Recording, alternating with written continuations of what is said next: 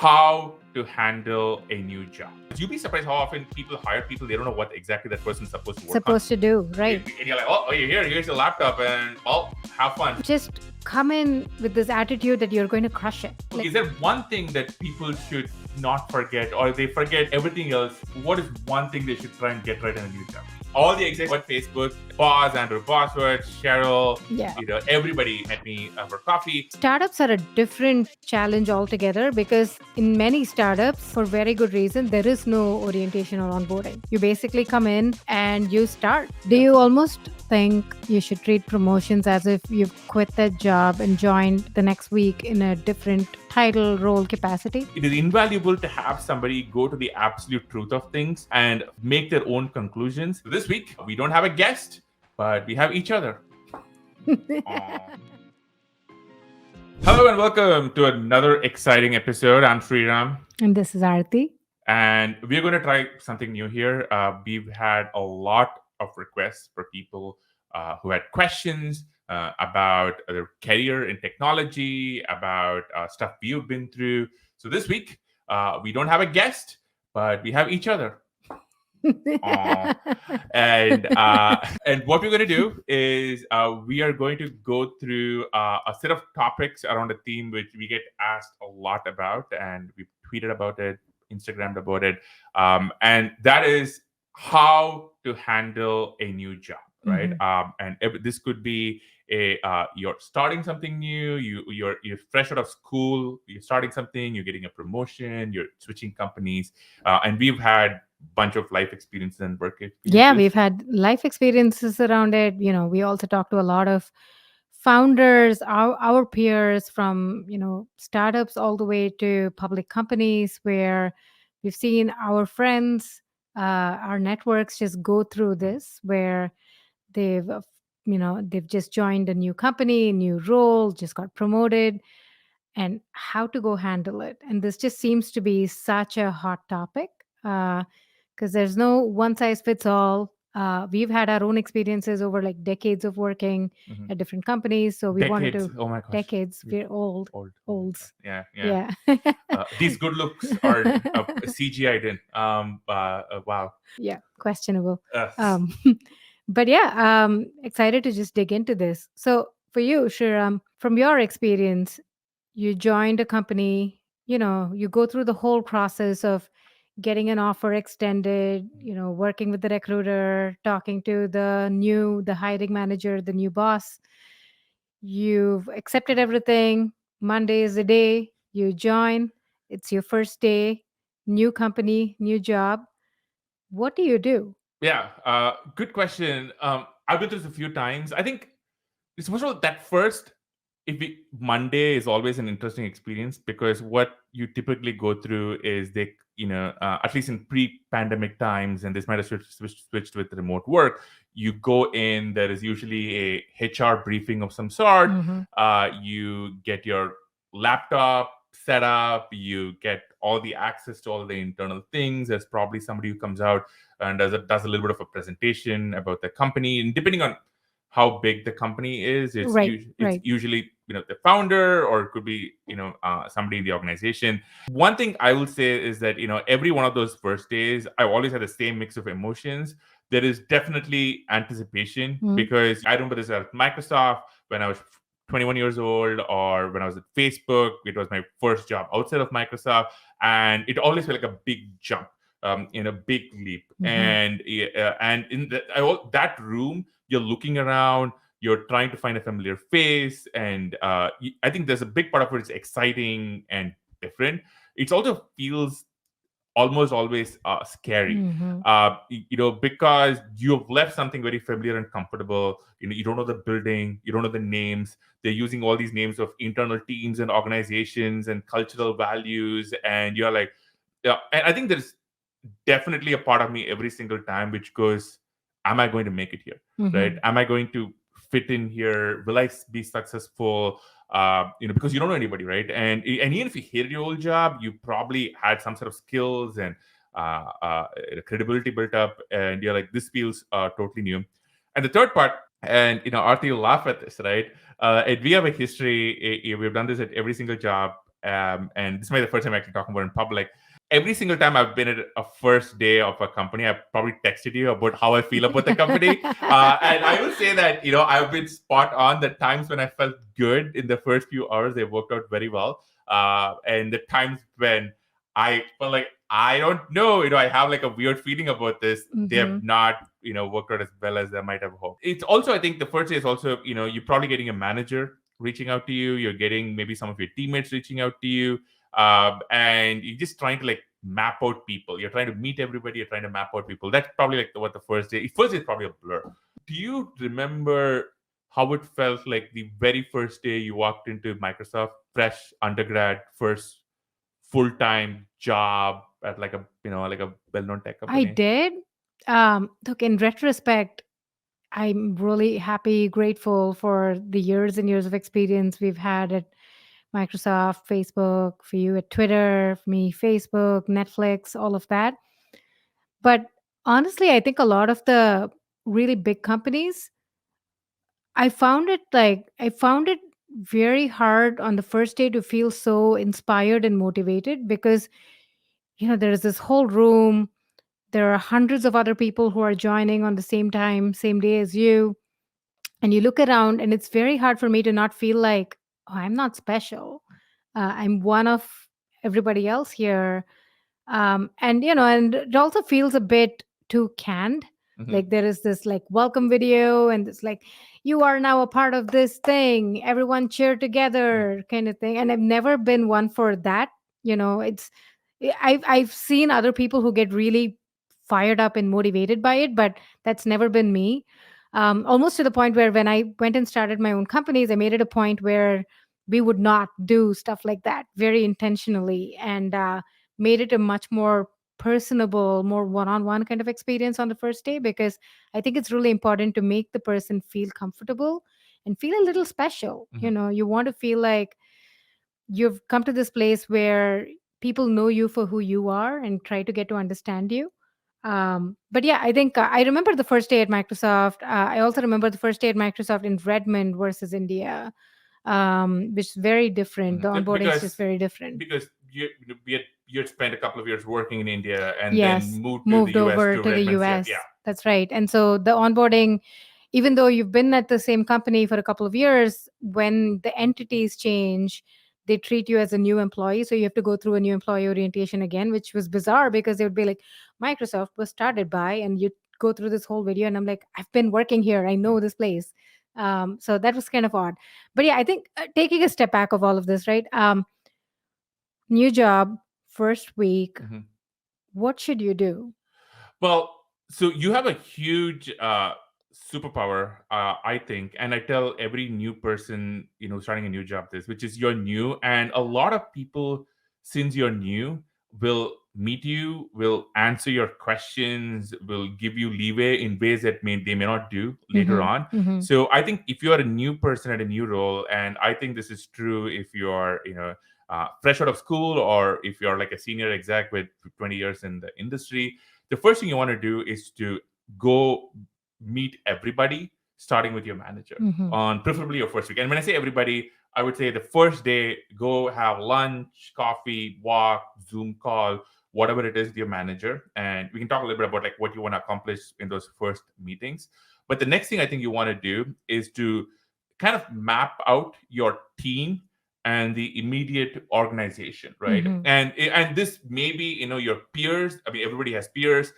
This may be your manager and your manager's peers. And if you're in leadership role, these are your reports. So it could be like any direction in the organization. mhm, But just think you're the central node in a mhm, graph, and you want to go meet every single person. And the important thing is to do it very quickly in the first week or two, because everybody wants to meet the new person. And mhm. so what I used to do, and I think this is when I came from Microsoft to Facebook, I was really nervous because Facebook at the time, this is 2012, and was seen as a Silicon Valley company, and Microsoft was Was not. not, yeah. And at this point, I'd only worked in cloud computing and sort of data center backend developer stuff, and Facebook was going to be a very consumer focused mobile, social networking, very different. And and I was kind of insecure. I was like, hey, I don't know whether my skills, my credibility will transfer one to the other. But I think the best thing I did at Facebook in the first 1 or 2 weeks, and I think that set me up so well, is I went and cold emailed everybody I could, and I met them. And this was Facebook at a very different stage. It had, I think, maybe 1,000 or so employees. But what I would do is I email every person on my team. And what you want to do is you want to ask your manager, hey, get on a whiteboard and draw out the team for me, right? Draw out the organization, starting with the CEO all the way down to where we live, and who are all the people I should work with, right? And then all of them, send them an email, Slack, etc., and say, hey, I'm here to meet you for coffee, Zoom call, whatever the case may be. And then what I would do is I would go meet my manager's peers. And what I would usually do is I would just say, hey, I'm so-and-so. I just joined the team. I'm a new person. I want to just meet you. And you did all this in the first week? All the first week, right? And the thing which I also did, which I don't think a lot of other people did, was I would just email every exec at Facebook at the time. And I would just be like, hey, I would love to meet. So, I would, and these are people who had no connection to my organization. Why do you do that though? I'm a big believer. Well, first of all, I think it's just my natural personality to go want to meet people, and I'm just very curious. And I'd heard of a lot of these people. So, for example, my first few days at Facebook, I emailed Cheryl, who I was not connected to at the time at all. We wound up working together later, and I'm like, hey, I would love to meet. And Cheryl said, sure, come on by. I'm grabbing coffee this afternoon, and I walked on by and we had a good chat. Other execs from different parts of it. And I think a couple of reasons. One, I was just naturally curious. Second is I always find that having these ties and relationships to people in other parts of the company will come in, will be a source of great strength for you later on, because you never know when you might need them. You might need their organization to do something for you. Maybe you want to change teams. Maybe you need a favor from them, something your team needs. You never know. And it's much easier when you're a new person rather than they're like, well, why is this person started emailing me? Do people ever say, no, I don't know why we are meeting, or not want to meet? There was one person who shall remain unnamed who sent me a one-liner reply saying, I don't have time for this. In a very short and fried way. I don't think that person's career worked out very well. Oh my Not goodness. because of the email, but who knows? But I would say, all the execs I love at Facebook, Boz, Andrew Bosworth, Cheryl, everybody met me for coffee. But in general, people are open and willing, right? Even if they have nothing to do with your work stream or your team, we've generally found that people are willing to chat, willing to help out a new employee. So I think the general advice is you're okay to overreach and overextend, and you're a new employee, so you can kind of sort of get away with it. Because once you pass that window, people might not be that charitable. Oh yeah, then they're like, you've been in the company for a while. Why are you reaching out to me? Or do you need something? Right. You so leverage that initial moment of freshness, and just reach out and meet people. If nothing else, you'll get to understand how the entire company works. And as you said, just map out the organizations and just meet all the keynotes, the central figures, but also your team, your peers, your manager's peers, all of these folks, and just get to know them. And I think also when I said this in the past, some people often ask me, what do you say in these meetings, right? It's sometimes if it's your peer, it's kind of clear, you can talk about what they're working on, what the team's priorities are. If it's not, I would say, But also, people are afraid of looking silly, kind of feeling stupid, So how do you show up in this meeting your first week or a couple days in and kind of be competent, smart sounding, even though, this person's been at the company for years. They probably started it. Well, I think, okay, so first of all, and this is something people should really internalize, is that so few people do this. So if you're doing this, first of all, you're standing out, right? So and everyone's a little bit curious, a little bit intrigued. They definitely probably Googling you before. You're like, oh, you're the new person. You're the new engineer who just joined T-Max, right? Or you're the new product marketing person. I know, I've heard of you or whatever. And I think so the first thing you want to do is you want to walk in hey, you might know a little bit about me, but here's my story, right? Yeah. Here's where I grew up. Here's what I've done so far. The more, of course, experience you have, the better. Otherwise, you could just be something you've done in school. So that's number one. And number two, who you're working for, what you're focused on. And then then what you want to do is you want to ask them for their background, how they got into their role and what they are focused on. So I think what it's going to really do is, if you talk to enough people, it's going to give you one, it puts them at ease. Everyone loves to kind of talk about what they're working on, hopefully. But it's going to give you a map of, you're like, okay, You can triangulate. you can triangulate. You can be like, well, this is what my manager said this team does, but they actually describe it in this different way. Right. And or this person keeps mentioning this other person's name, so that person might be interesting. So you want to kind of triangulate and map out people. The second thing I think I always try and do, and I think this is very, very critical, especially if you're kind of in a manager leadership role, is you want to ask, okay, one, you want to ask, what are things I or my team could help with? Okay. And almost always, first of all, people would love getting asked this question because they get asked it so rarely, and you want to ask it from a place of sort of genuine concern and intent. And they'll always have something, right? They'll always be like, oh, we would love to get your folks more help on this, right? Like, for example, right, I used to work on product, and when I go talk to the sales teams, right, I would swear they never had a PM ever email them before, and they'd be like, oh, this is great, we would love to work closely with you, we don't know what products you have upcoming, and we love to get you in front of clients because we want to show off the nerdy product manager. I mean, this happened to me at Netflix too, where I was working on the Netflix SDK, the software that goes into TVs and set-top boxes and stuff. And I went and reached out, kind of like what you said, to like the audio encoding team, who are the nerdiest part of Netflix. And they're working on just the encoding software, the stack. And so I reached out to them and I was like, how can we help? And the eyes just like lit up because nobody's ever walked into an audio encoding person, like, that engineer's cubicle or office and been like, how can we help? Especially from like a partnership-y facing kind of person who I was. And so that was really good because a few months later, we actually ended up working on a project together, and I built that relationship with them and I'd offered to like help them out. And so that worked out really well for me. So you never know how you might end up like working together later. So it's just good to like offer help or just keep in touch and build that network early on. Okay, so you kind of met a bunch of interesting people, and but let's talk about maybe you and your job, right? And your manager. So what do you want to do to? It's your first week, and you're trying to figure stuff out. Maybe you're looking at the code base, you're looking at some product briefs. So that's a great part. Almost, I don't mean to do the opposite, but kind of the opposite of what we just covered now. The other part is ignore all the noise, and I love going into the data. My favorite thing to do is to go talk to the data analyst, data scientist, or whoever in the company is in charge of metrics and dashboards and that kind of thing. That's my jam. Like, data is just like my love language. And so it's just like, that's the thing I derive the most happiness from. So I love to go understand the product, the company from just the numbers, from a quantifiable standpoint. So do that. If nothing else, it shapes your own kind of opinion of like, what does the company do? How do they make money? How do they find customers? What do the unit economics look like?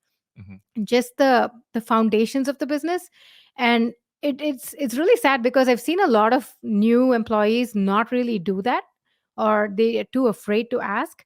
And I think, as a manager or a founder, there would be nothing that makes me more happy than an employee who's really curious and just wants to learn and understand data and really come from a place of metrics and data driven thinking, as opposed to like a very like, well, you said this, I'm going to believe you kind of thing. So I would love for people to like understand something in a deep way and push back even.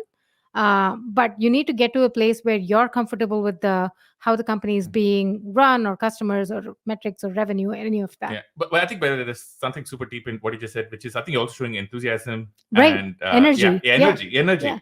Yeah. I think, okay, so that's actually a key part, right? Because I think what Aarthi is saying is like, you're doing two things. One, you're showing energy and initiative, which honestly is the holy grail. Like, for any manager report, you're like, oh, this is the person who's actually going and figuring stuff out for themselves.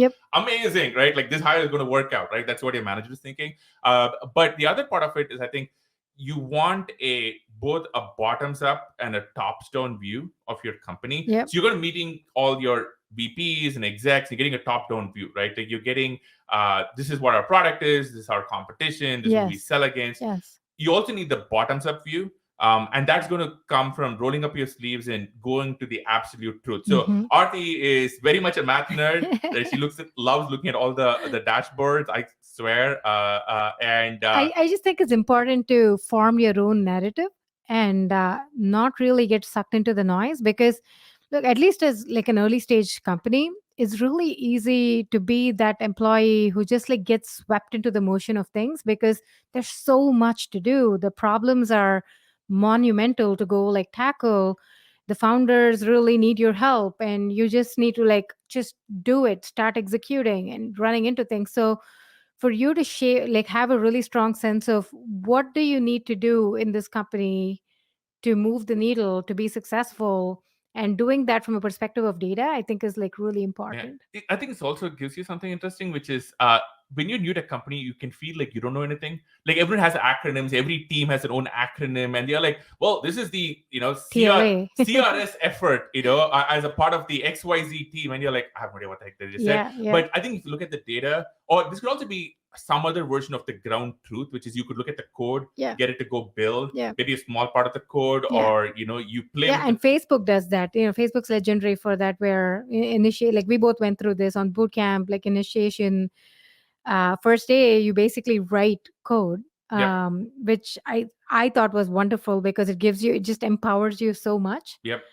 Gives you this boost of confidence that you're basically writing code that actually ships, which is awesome. Yeah, it was so powerful because it made you were doing the first afternoon, so it gave you a sense of anything is possible. But I think the ground truth part, it's also going to give you a sense of okay, stability. I understand how the one little piece works Works. together Yeah. and how this piece fits into the bigger Yeah. whole. Yep. And we're going to talk a little bit about imposter syndrome some other time, but I do think it helps with like okay, I now understand this. I know this from first principles, and if I know this, I can figure something out.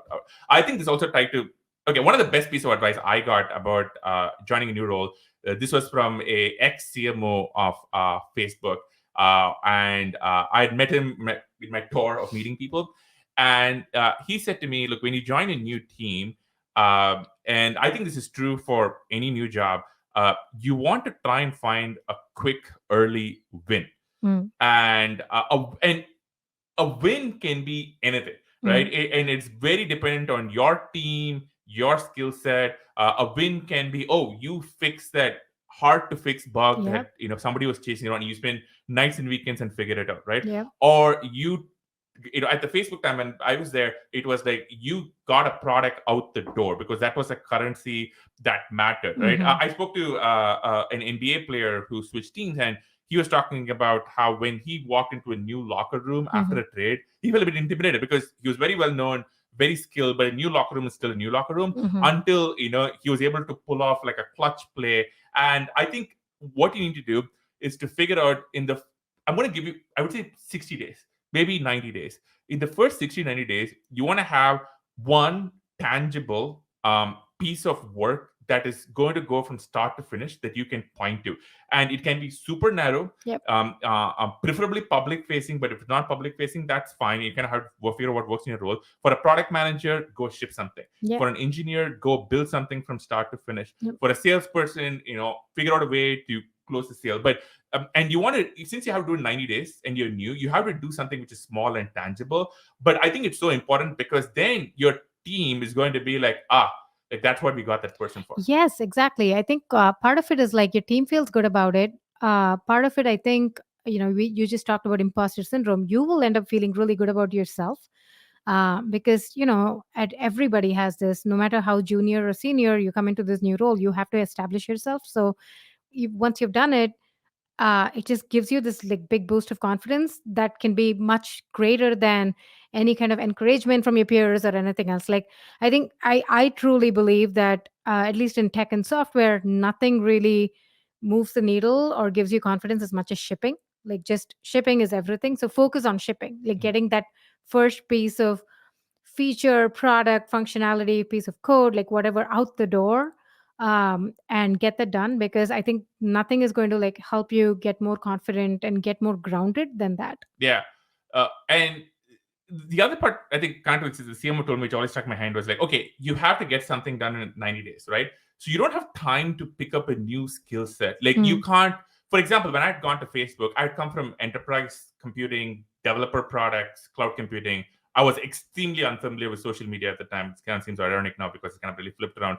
And he said, look, don't try and figure out like trending algorithms or feed or any of that, Yeah. right? Go build something which ties into your developer skills. And it turns out like a lot of ad tech is kind of similar to the developer world. So it's able to get something out the door. Mm. So you want to find something where you can utilize either your natural skill sets or your previous work experience. And odds are, if you're being hired, like they hire you for a particular set of things you're already good at or proven. And so find something in that. And I think Mhm. one of the mistakes sometimes people do is they come to a new organization and they try and do something totally different than Mhm. what they've done before with Mhm. good intention, but it takes time. And you're new and you're still trying to prove yourself. And trust me, however famous you are or however whatever you've done, you have to prove yourself in every new team and every new organization, every new company. So find something which overlaps with what you've done before, and then get it done in 90 days, and and that win is going to do wonders for you.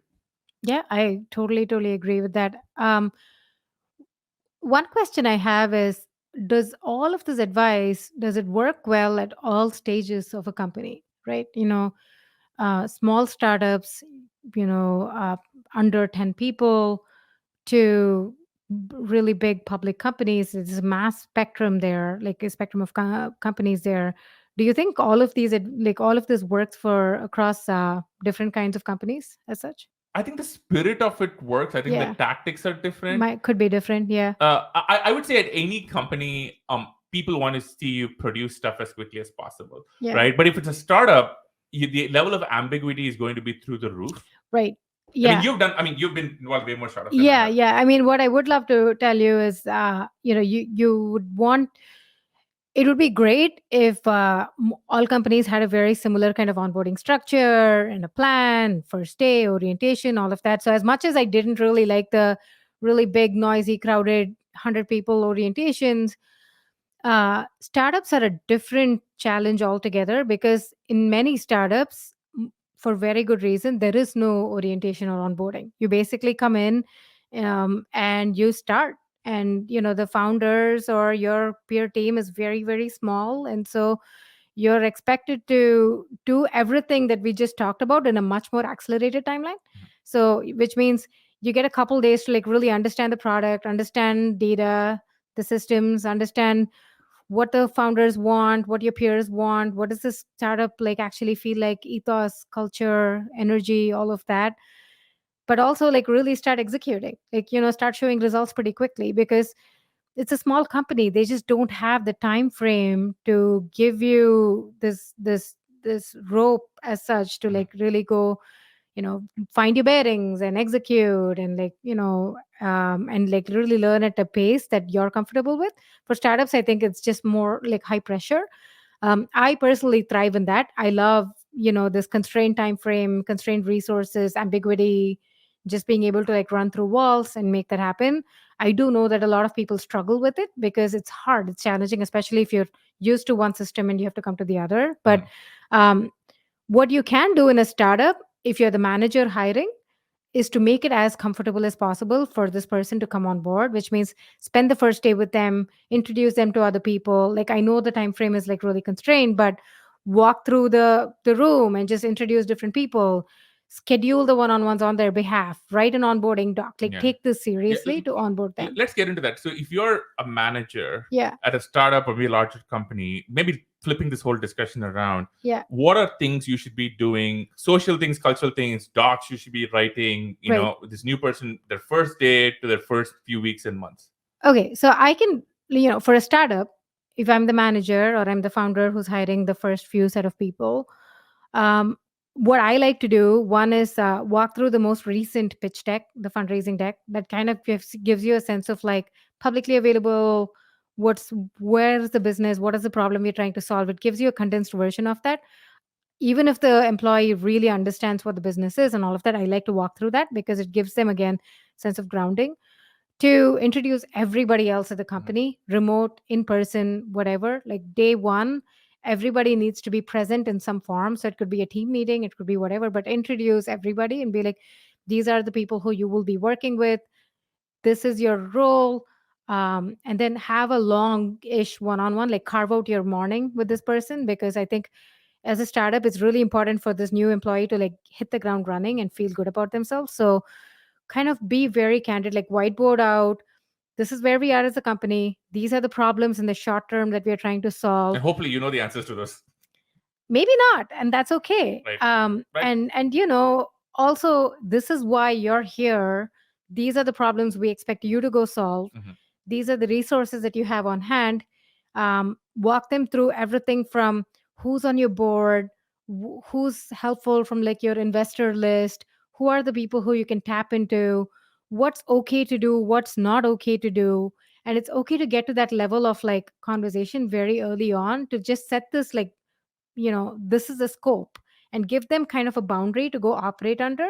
Because a lot of people, when especially in a small company, you don't know what you can do or cannot do. Yeah. And so just get that going. And then what I would do is like then schedule the one-on-ones out for the peer team or for everybody else through the day, like basically manage this person's calendar for that day. And then later on at like 3 or 4 p.m, come back in and check in, like do another 1 hour one-on-one, be like, hey, how did your day go, what questions do you have for me, how did this one-on-one go?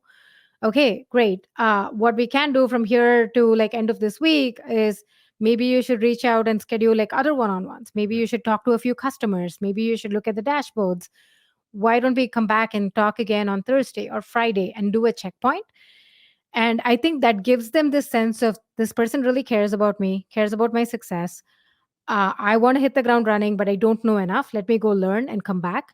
And you will find that by Thursday or Friday, they'll come back to you with much more, they're more confident. They have the better sense of the business, the structure. They ask better questions, but they're also in this. They're in your team now, and they really want to like, run through the walls with you, which Yeah. I think is the greatest feeling you can have. Yeah, I that part about like being so deep in your employees first week is so key. And I know it gets hard if you have more employees, but really like every hour, who are they meeting, plan out. And one thing I highly recommend, maybe Aarthi, you can kind of touch on this a little bit, is having some sort of an onboarding document.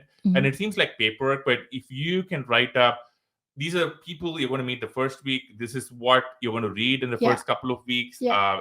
This is what I hope to see you accomplish by the first month, and then work on it together with the report. Yes. And by the way, if you're a report and if you're joining a team and your manager hasn't done one for you, do one for yourself. I actually did it in a recent job, Yeah. and I think it really helps like set a boundary of, okay, this is what the actual job is. You'd be surprised how often people hire people, they don't know what exactly that person's supposed to work on. To do, right? And you're like, oh, here's your laptop, and well, have fun. No, think the it's code. true. It's true. Also, as the startup scales, and what I just talked about is like very early stage, but as you scale and you have tens of people, it's hard for the founder to dedicate that much time for every person, right? So then what works is either if it's a manager, great, but generally have a peer system where somebody is assigned to this new employee for that day or for a couple of days to basically quote unquote mentor them around this process of onboarding as such.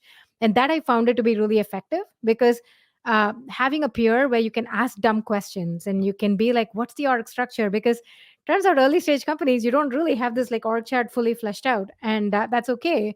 But having somebody where you can just poke around and be like, hey, this dashboard doesn't make sense, like what happened during this date where this like data is completely missing, and you're like, well, yeah, this is what happened. Like you can explain. And startups are gnarly, and that's what makes it like really fun and exciting and challenging, right? But having a peer can like really help you with that process. Yeah, Facebook used to do this thing, I don't know if they do it anymore, where they would assign you a I forget what it's called, like a buddy of sorts. Yeah. And exactly the same principle. Yeah. And the key, by the way, that person is not in your organization or team. Right. So you could probably talk to them and not worry about like, will it get back to your manager or they're not. And they always have a slightly different understanding of things. Yeah. But that really helped. But I think finding a work buddy in the first few weeks is really key. By the way, I have some interesting sort of like, okay, do you disagree with anything I just said? No, but I was thinking when you're talking about story, I was thinking about a lot of managers I knew who, well, not a lot, a couple who totally fucked this up and were terrible in the first week. And maybe that's interesting. Like, what are things you absolutely should not do? either as a manager or as a reporter. Like, I went as a manager. I had one person who shall again remain unnamed for posterity, who I think a few of us were hired, and this person said we had coffee, and he said something like, "Well, we'll see how you work out for the first 8 months, and if it doesn't, you won't be here anymore, right?" And I was like, "Oh my god!" Like that was not very motivating, at least not in the way he delivered. That was like, don't I think? Yes, it took us a while to get here, but I think coming from a place of empathy as a manager, as a CEO, founder, whoever you are, but this person's new, egos are a little fragile. Everyone goes through imposter syndrome, and it's okay to just like you come from a place of empathy. You don't have to be like, hey, you're going to do this, you're going to crush it, or else you're out. That's just it just reflects really poorly on the culture of the organization, because you are right now setting the culture, right? Like you're the person that they are like looking up to right now. So I think it's important to just come from a place of empathy and be earnest, really want to like help this person be successful. I've generally found that when you have managers or peers who really want you to thrive and be successful, the entire company moves forward. Yeah. And it sounds like such a cliche, such a kumbaya thing to say, but it's one of those things where turns out that if you're able to give them a sense of confidence, they are able to set aside everything else that's like nagging away in their heads on like, am I good enough and all of that, and really focus on being productive. And when that happens, you can ship stuff faster, you can remove egos and just like work on things together. So come from a place of empathy and really like come from a place of helping this person be successful and letting them thrive. um, don't do stuff where, yeah, I've had a situation where this person who's hiring is like, I used to do your job, Oh gosh. um, now we have you, we'll see, I just think I'm better. And you're like, okay, but coming from a place of competition or trying to be coming from a place of jealousy, Yeah. I think is never a good idea, because look, you've hired this person, you need help. It's okay to acknowledge the fact that okay, you've done this job at one point, but you also need to acknowledge that you need the help, and that's why this person is here. And not be like, I've done this job, I don't think it's like that important or that Yeah. critical or it's easy. The flip side of that, by the way, is I think if you're a new employee, I've seen so many people mess this up. Is you don't want to be the person who comes in and says, "Well, I don't know about you guys, but this is how we did my old job, and True, yeah, and it was perfect over there." yeah, And like trust me, like nobody wants to work with a new person who's like, "I've come from a better place and I know how to do this already," and you yeah. folks are all muppets. Like nobody wants to Nobody listen to. wants to deal with Yeah, that and too. even if it Yeah, is true, and sometimes it may be true, but and so I think what you really want to do is really approach every place from first principles and yeah, understand the dynamics of the place, why they made the decisions they did, and maybe you are right, and the thing that you used to do is actually better. And it could yeah, be something simple, right? Sometimes, for example, like for example, people from Amazon like to write documents in a particular way. People from Facebook or Uber have a particular mindset about data and product. It maybe, and they're often like lessons you can bring to bear, but nobody wants to hear that the place you came from is you feel that is superior than the place that everybody is working in, even if that is true. So I think coming in, being humble, feeling like you want to learn the place from first principles and understanding why they do things yeah, they want to, yeah, I think is super important. And maybe someday you've built up enough credibility, you have enough of these wins that we talked about, and then yeah, you can be like, well, hey folks, let us yeah, switch our doc writing format to the one that Jeff Bezos like. But until then, yeah. That makes sense. I think from a manager standpoint, let them ask dumb questions.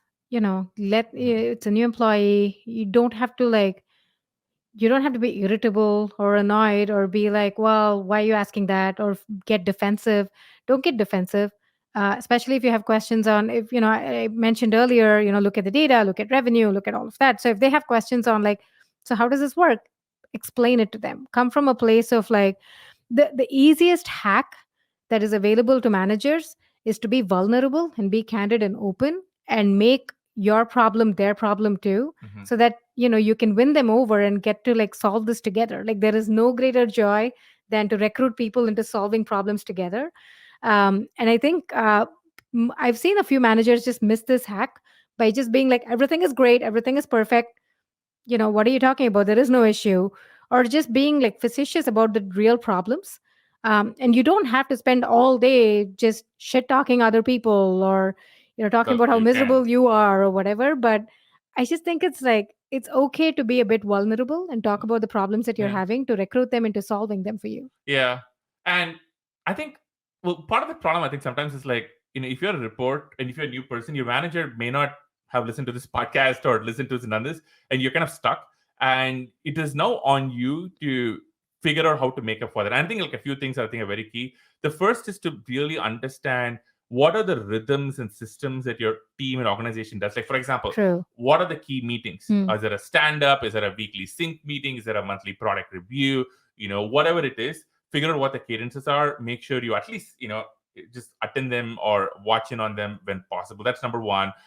Figure out all the channels like Slack channels, email lists, whatever be they may be. Just join all of them, go read it, because you'll get a sense of what is the cultural tone, the language, the things on top of people's minds. So when you're the new person being like, hey, what about idea X, you can be like, well, they're actually dealing with something else right now. That's number two.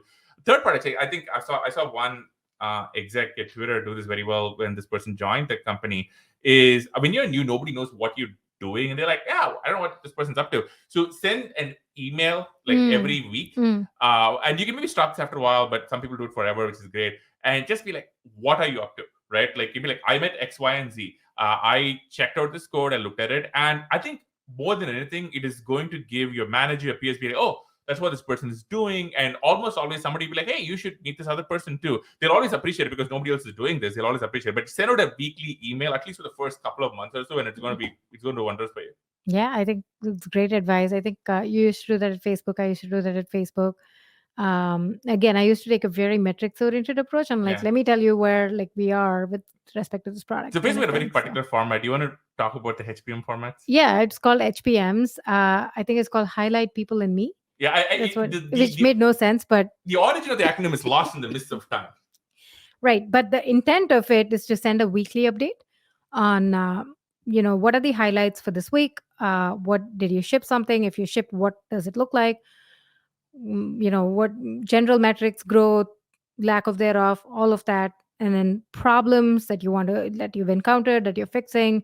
What's the plan for next week? I kind of like, the whole thing is about like a page, in like a one pager style. So it shouldn't be a super long rambling thing. Nobody's going to read that.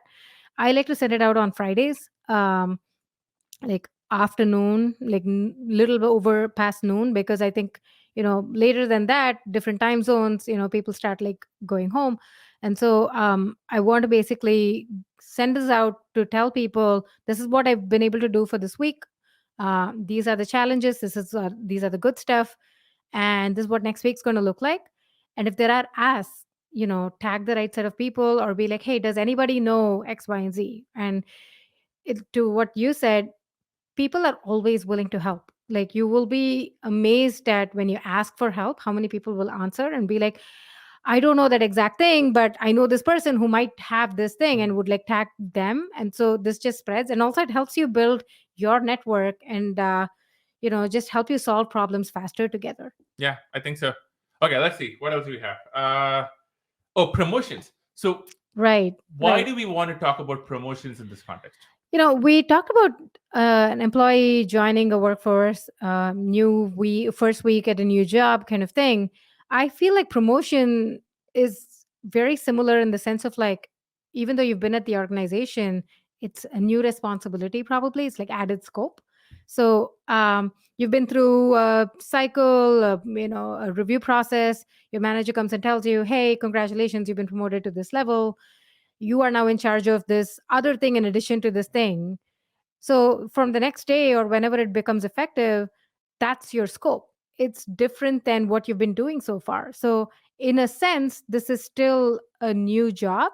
So I think it's still very relevant to talk about it as new scope, new job. What do you do there as a part of the promotion Yeah. process? Yeah, I think every promotion is basically, like you said, a totally new job. Yeah. And you're trying to figure it out, and the people around you are trying to figure it out. Yeah. So I think it's almost critical to reestablish everything that you did as in a starting. For example, every time you get like a big role change, for example, you might be taking over a team or taking over a project.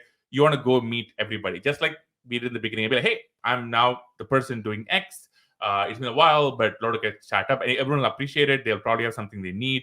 They may not have been able to ask you when you were in your old job, but now you run the team, or you're a VP, or you're a manager. You know, like, oh, I can now ask you for this because you now have more influence. Mhm.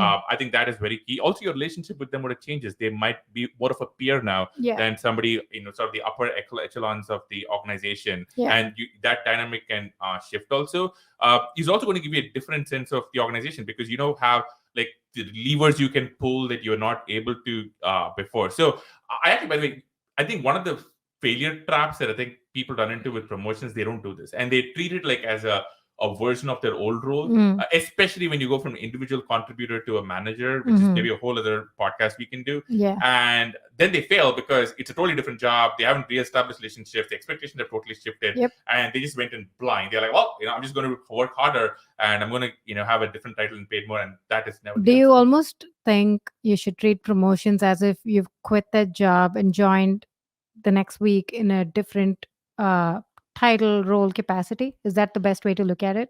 Absolutely. I think a friend of mine said this, and it's very true for execs for everybody. He said when you get a total new role, send out an email about what your priorities are, who you are. You could be like you could basically reintroduce yourself to the Mm. team, Mm. and because I'm sure there are people who don't know you as well, who may be newer, and then what are your priorities, and then just be consistent, right? And they'd be like, oh wait, this person used to be an engineering lead, but now they're running this whole organization, Right, and right, maybe I right. need to talk to that person. So I would say treat it as a total transition into something totally new. Mhm. And the real mistake you can make is to assume it's your old job, and people think of it as your old job, and it's not. That's not the case at all. That's right. I think for you to be comfortable enough to do that and communicate with everybody else as a part of the promotion process, be very clear and get that information from your manager on what does this promotion mean, and in the sense of, does your title change? If yes, what, when does it become effective? Does your reporting structure change? Do you have more reports? Do you have like adjacent orgs that are now going to report to you? Mhm. What does the promotion really look like? But also really understand, what does it now mean to be successful in this new role? Right. A lot of people kind of miss that because they kind of say, oh, well, my title is now senior, whatever. But great, what does it mean to be successful in this role? And oftentimes, if it's a big company, you'll have a ladder Mhm. and you're a part of this structure. And from you to go from this ladder level to the next one, it means you have to demonstrate scope or be successful at this particular level of scope, which means you have to then figure out what that means for your job. Yeah. So are the goals different now? If you're in sales and marketing, does the revenue that you're driving or partnerships you're driving or any of that, what does that change? Is it an amplification or is it completely different? So Yeah. be really clear about that. Yeah. I remember being really caught by surprise, when I didn't do what you just said. Like, for example, I think being an individual contributor manager is a big jump. Being a manager of managers is a very big jump. And Yeah. when I went from like being sort of a manager to somebody who runs multiple managers, runs an organization, is that you can no longer know all the work Oh, being done in yes. detail. That was tough. And it's really messes you up, especially if you kind of really prided yourself on knowing all the details. And the second part of it is people will now interpret what you say without telling you about it. You almost have to do internal press to be like, well, this is what I said and this is what I actually mean, because otherwise you'll be surprised how often somebody would come, I heard you said X in this meeting, and I thought this meant Y for my team, and they're upset at you, or they go do something. And that really surprised me, because that was not the case when I was running a team of like a handful of people and I knew everybody myself. Yeah, I saw that firsthand too. When you would go from managing a few individual contributors to managing managers, every communication becomes lossy, in Hmm. the sense like, what you tell somebody else, when they tell other people, some of the packets get lost, so to speak. and uh, and then you're like, no, no, no. And a couple of times I had to go back and be like, that's not what I said, or that's not what I meant, and course correct and like set the strategy again and like make it really clear that it was not offending a person, or pivoting a particular product direction or any of that. So, um, that it becomes like, I think you really see this go when the org just grows balloons, or when you get promoted and you now are responsible for so much more. So be really clear. You might also need to change your communication style. Right. You might need to do a lot more broadcast, like you said, internal press.